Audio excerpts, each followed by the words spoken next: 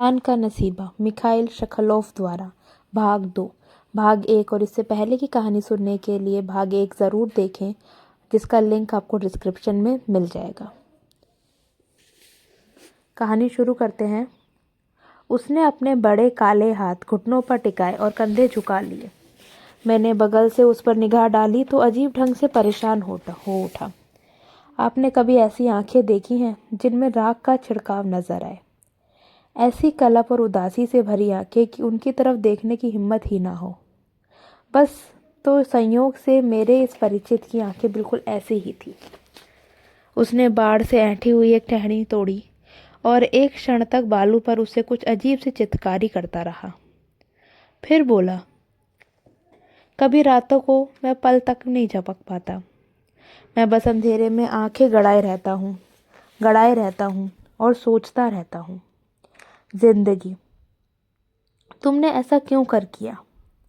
तुमने इस तरह मेरी आत्मा को कुचल क्यों डाला? तुमने मेरे तन बदन में सारी जान क्यों निकाल ली? इस तरह बेजान क्यों कर दिया? पर ना तो इन सवालों का कोई जवाब मुझे अंधेरा देता है और ना चमकते सूरज का उजाला। नहीं, मुझे कोई जवाब नहीं मिलता और शायद मुझे कोई जवाब कभी मिलेगा भी नहीं। इतना कहकर वह अपने आपे में आया। अपने बेटे को स्नेह से थपथपाते हुए बोला, मुन्ने, जाओ पानी के पास जाकर खेलो।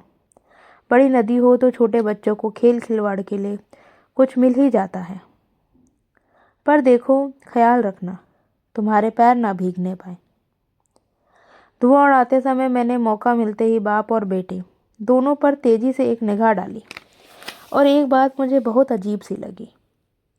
लड़के के कपड़े सादे पर अच्छे और गफ थे। मेमने की पुरानी खाल के अस्तर वाला लंबा पल्ले का छोटा सा कोट उसके बदन पर बहुत ही फिट था। छोटे छोटे बूटों में ऊनी मोजों के सामने की अच्छी गुंजाइश थी और कोट की एक आस्तीन का फटा हुआ हिस्सा भी बहुत ही सफाई से सिला हुआ था। यानी ये कि इस सब में माँ का कुशल हाथ था। पर पिता का हिसाब किताब बिल्कुल दूसरा था। उसकी रुईदार जैकेट कई जगहों से जली हुई थी और रफू भद्दा था।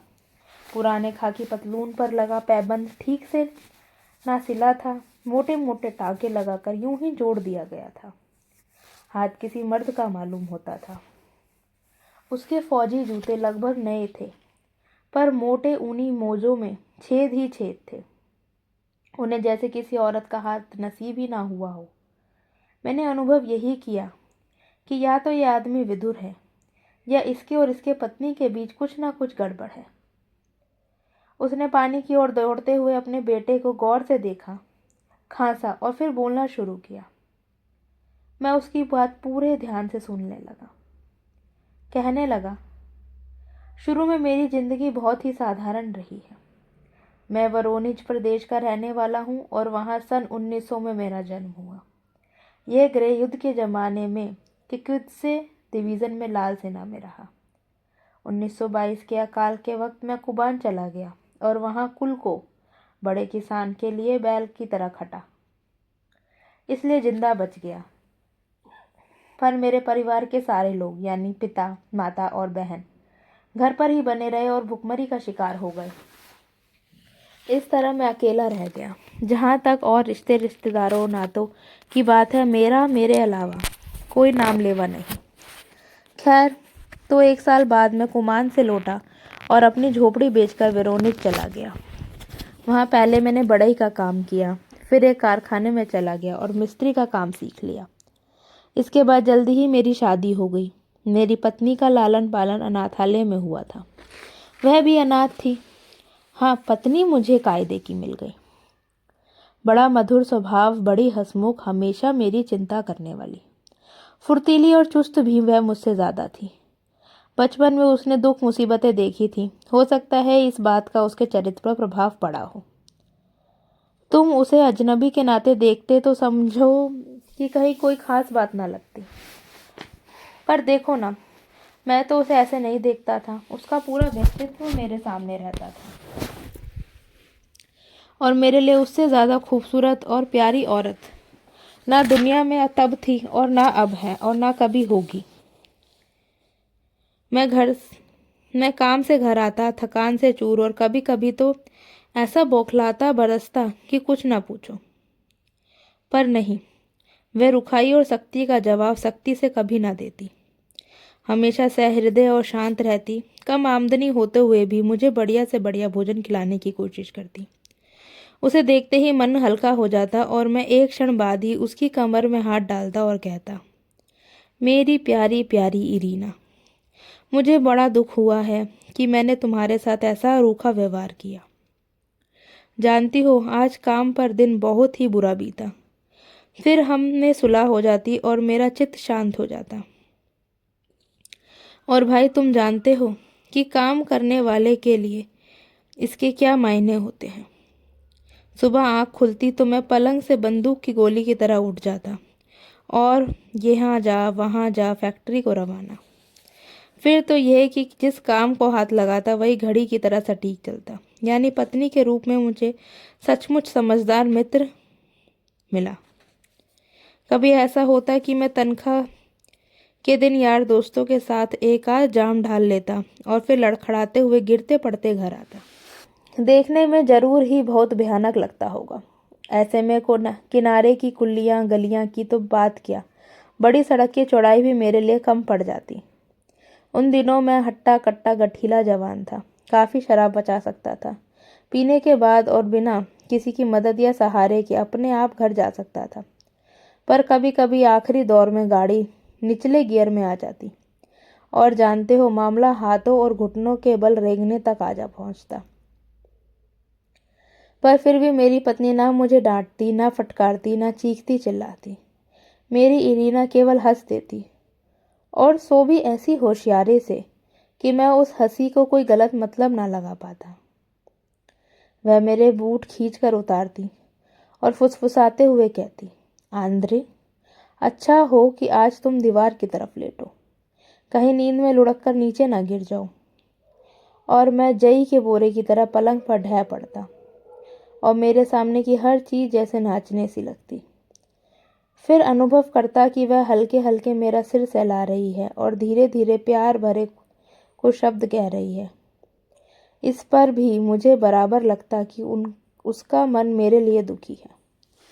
सुबह वह मुझे काम पर जाने के कोई 2 घंटे पहले जगा देती ताकि मैं बिल्कुल अपने होशो हवास में आ जाऊं और पूरी तरह चौकस हो जाऊं।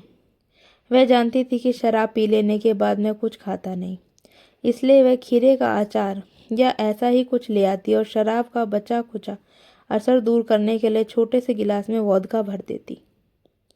कहती, ये लो आंद्रे, लेकिन दोबारा इस तरह पीकर ना आना मेरे प्यारे। भला ऐसे और इस तरह विश्वास करने वाले आदमी को कोई कैसे नीचा दिखला सकता है।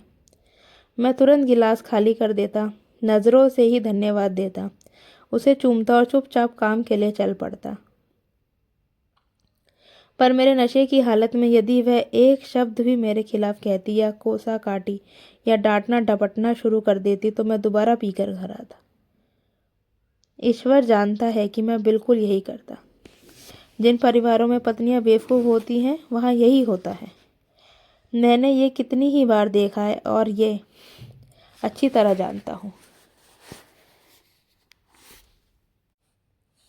खैर, तो फिर जल्दी ही बच्चे पैदा होने लगे। पहले बेटा हुआ और फिर 2 लड़कियां। बस, तो इसके बाद मैं अपने यार दोस्तों से कट गया और अपनी सारी तनख्वाह घर लाकर पत्नी के हाथों में देने लगा। अब तक परिवार काफ़ी बड़ा हो गया था और अब मैं पीने की बात सोच भी नहीं सकता था। छुट्टी के दिन मैं सिर्फ 1 गिलास बियर पीकर संतोष कर लेता था। 1929 में मैं मोटरों में दिलचस्पी लेने लगा। मैंने ड्राइवरी सीखी और एक ट्रक पर काम करना शुरू कर दिया। फिर जब एक बार इस रास्ते पर पड़ गया तो दोबारा कारखाने में जाने का मन न हुआ। ट्रक चलाना मेरे जी को ज़्यादा भाया। इस तरह 10 वर्ष मैंने यूं ही बिता दिए कि मालूम ही ना हुआ कि कब समय आया और कब निकल गया। सब कुछ एक सपना था जैसे। पर क्या होते हैं 10 वर्ष। ज़रा 40 के ऊपर के किसी आदमी से पूछ के तो देखो, तुम्हारी इतनी ज़िंदगी कैसे बीत गई। मालूम होगा कि उसने ज़रा बराबर भी कुछ नहीं देखा। गुजरा हुआ ज़माना धुंध के पीछे छिपी एक किनारे की पड़ी दूर की एक स्टेपी की तरह होता है। आज सुबह मैं उसे पार कर रहा था तो हर चीज़ चारों ओर साफ थी, पर अब मैं 20 किलोमीटर पार आया तो धुंध का एक पर्दा सा पड़ गया है। अब मैं न पेड़ों को झाड़ झंखाड़ के अलग कर देख सकता हूँ और न जुते हुए खेत को चारागाह से अलग कर। उन 10 वर्षों में मैंने दिन रात काम किया, खासी रकम कमाई और हम दूसरे से कुछ 19 ढंग से नहीं जिए। बच्चे हमारे दिलों की खुशी रहे। तीनों बच्चे स्कूल की पढ़ाई में अच्छे निकले और सबसे बड़ा बच्चा अनातोली तो गणित में ऐसा चमका कि उसका नाम एक केंद्रीय अखबार तक में छपा। वैसे ये बड़ी प्रतिभा उसे किससे मिली, कहाँ से मिली, ये मैं तुम्हें नहीं बतला सकता मेरे भाई, पर मेरे लिए ये बड़े ही सुख की बात रही और मुझे उस पर अभिमान रहा, बड़ा अभिमान रहा। 10 वर्षों में हमने थोड़ी सी रकम बचा ली और लड़ाई से पहले अपने लिए एक छोटा सा घर खड़ा कर लिया, 2 कमरे, स्टोर और गलियारा। इरीना ने 2 बकरियां खरीद ली। भला हम और क्या चाहते। बच्चों की खीर के लिए घर में दूध, सिर के ऊपर छत, शरीर पर कपड़े और पैरों में जूते, यानी सब कुछ था और ठीक था। अगर कोई कसर थी तो सिर्फ यह कि घर के लिए जगह अच्छी ना थी। जो जगह मुझे दी गई थी वह हवाई जहाज़ों के कारखाने से कोई बहुत दूर ना थी। हो सकता है कि अगर मेरा छोटा सा मकान वहाँ ना होकर कहीं और होता तो मेरी ज़िंदगी शायद कोई दूसरा मोड़ ले लेती। और फिर छिड़ गई लड़ाई। दूसरे दिन सेना में मेरे बुलावे के कागजात आ गए और इसके बाद कृपया स्टेशन पर रिपोर्ट कीजिए। मेरे परिवार के चारों सदस्य ने मुझे विदाई दी, यानी इरीना, बेटे अनातोली और मेरी दोनों बेटियों ने मुझे विदा किया। बच्चों ने हिम्मत से काम किया। गो की बेटियां की आंखों में रह रहकर आंसू छलकते रहे। अनातोली थोड़ा सा सिहरा, जैसे कि उसे सर्दी लग रही हो। उस समय वह 17 वर्ष का होने जा रहा था। लेकिन मेरी वह इरीना, हम दोनों 17 साल से साथ थे, पर इस रूप में तो मैंने कभी उसे देखा ही ना था। उस रात को मेरी कमीज़ और मेरा सीना उसके आंसुओं से तर हो गए थे। वह सुबह भी वही झड़ी थी। हम स्टेशन पर आए तो उसके लिए मेरा मन इतना दुखा कि मैं उसकी आंख से आंख ना मिला सका। आंसुओं की बौछार से उसके होंठ सूज गए थे, बाल शॉल के बाहर निकले हुए थे और आंखें किसी बदहवास आदमी की तरह बेजान और धुंधलाई हुई थीं। अफसरों ने गाड़ी में सवार होने का हुक्म दिया, पर वह मेरे सीने पर ढह पड़ी, मेरी गर्दन में बाहें डाल ली और सिर से पैर तक इस तरह कांपने लगी जैसे कि वह कोई ऐसा पेड़ हो जिसे काटा जा रहा हो। बच्चों ने समझाने की कोशिश की और मैंने भी, पर सारी कोशिश बेकार रही। दूसरी औरतें अपने पतियों और बेटों से इधर उधर की बातें कर रहीं, पर मेरी पत्नी तो शाख की पत्ती की तरह मुझसे चिपक गई। सारे समय सिहरती रही और उसके मुंह से एक शब्द ना फूटा। मैंने कहा, अपने को संभालो मेरी प्यारी इरीना, मेरे जाने से पहले मुझसे कम से कम 2 बातें कर लो। इस पर सिसकियों से के बीच उसने जो कुछ कहा वह यह था, आंद्रे मेरे प्रियतम, अब हम कभी नहीं एक दूसरे से अब कभी नहीं मिलेंगे इस दुनिया में। इधर तो मेरा दिल खुद ही उसके लिए दर्द से फटा जा रहा था और उधर वह मुझसे ऐसी बात कह रही थी। मुझे लगा कि उसे सोचना चाहिए कि उससे बिछुड़ने मेरे लिए भी कुछ आसान नहीं। फिर मैं किसी दावत पार्टी में तो नहीं जा रहा था। बस तो ये ख्याल आते ही मैं अपने आपे में ना रहा। मैंने उसके हाथ अपने बदन से अलग किए और उसे एक और हल्के से झटक दिया। वह झटका मुझे तो हल्का सा लगा, पर उस समय मैं बैल की तरह मजबूत आदमी था। नतीजा ये हुआ कि वह कोई 3 कदम तक लड़खड़ाती पीछे चली गई। इसके बाद छोटे छोटे कदम रखते हुए फिर मेरी ओर बढ़ी तो मैं चीख पड़ा, इसी तरह विदा दी जाती है ना? तुम मेरे मरने से पहले ही मुझे दफन कर देना चाहती हो क्या? लेकिन फिर मैंने उसकी हालत बिगड़ती देखी तो उसे अपने बाहों में बांध लिया। इसके बाद आप बीती कहने वाले की आवाज़ उसका साथ न दे सकी। वह यकायक ही चुप हो गया। इस मौन में मैंने एक सिसकी सी सुनी और उसकी भावना ने अपनी गहराई मेरे अंदर तक पहुंचा दी। मैंने बगल से देखा तो उसकी उन मुर्दा राख सी धुंधली आंखों में मुझे एक भी आंसू नजर न आया। वह मायूसी से सिर झुकाए बैठा रहा। उसके सुन से पड़े दोनों तरफ लटकते हाथ हल्के हल्के कांप रहे थे। उसकी ठोड़ी थर्रा थर्रा रही थी और इसी तरह उसके हठीले होंठ भी कांप रहे थे। बीती बातों को मत दोहराओ मेरे दोस्त, मैंने धीरे से कहा। फिर लगा कि उसने मेरी बात सुनी ही नहीं। फिर बड़ी चेष्टा से उसने अपने को साधा और अजब ढंग से बदली हुई भर्राई सी आवाज़ में बोला, जिंदगी के आखिरी लम्हे तक, अपनी आखिरी सांस तक उसे इस तरह धक्का देने के लिए मैं अपने को क्षमा न करूँगा। अब वह फिर चुप हो गया और ये चुप्पी काफ़ी देर तक बनी रही। उसने एक सिगरेट रोल करने की कोशिश करी, पर अखबारी कागज का टुकड़ा उसकी उंगलियों के बीच तार तार हो गया और तंबाकू घुटनों पर बिखर गया। आखिरकार उसने जैसे तैसे एक भद्दी सी सिगरेट बनाई कि 2-4 लंबे कश खींचे, फिर गला साफ किया और अपनी दास्तान जारी रखी। मैंने किसी तरह अपने को इरीना से अलग किया। उसका चेहरा अपने हाथों से साधा और उसे चूमा। उसके होंठ बर्फ़ की तरह ठंडे लगे। मैंने बच्चों को अलविदा कहा और भागकर चलती हुई गाड़ी पर चढ़ गया। गाड़ी धीरे धीरे आगे बढ़ी और इस तरह मैं एक बार फिर अपने परिवार के सामने से गुजरा। मैंने देखा कि बेचारे मेरे अनाथ बच्चे एक दूसरे से सटे हुए से हाथ हिला रहे हैं और मुस्कुराने की कोशिश कर रहे हैं, पर मुस्कान है कि चेहरे पर आने का नाम ही नहीं ले रही है। मैंने देखा कि इरीना हाथों से सीना थामे है। उसके होंठ खड़ियों से सफ़ेद पड़ गए हैं। वह कुछ बुदबुदा रही है। वह टकटकी बांध कर देख रही है और उसका सारा शरीर इस तरह आगे की ओर झुका हुआ है जैसे कि वह तेज उल्टी हवा में लड़ती हुई आगे बढ़ने की कोशिश में हो।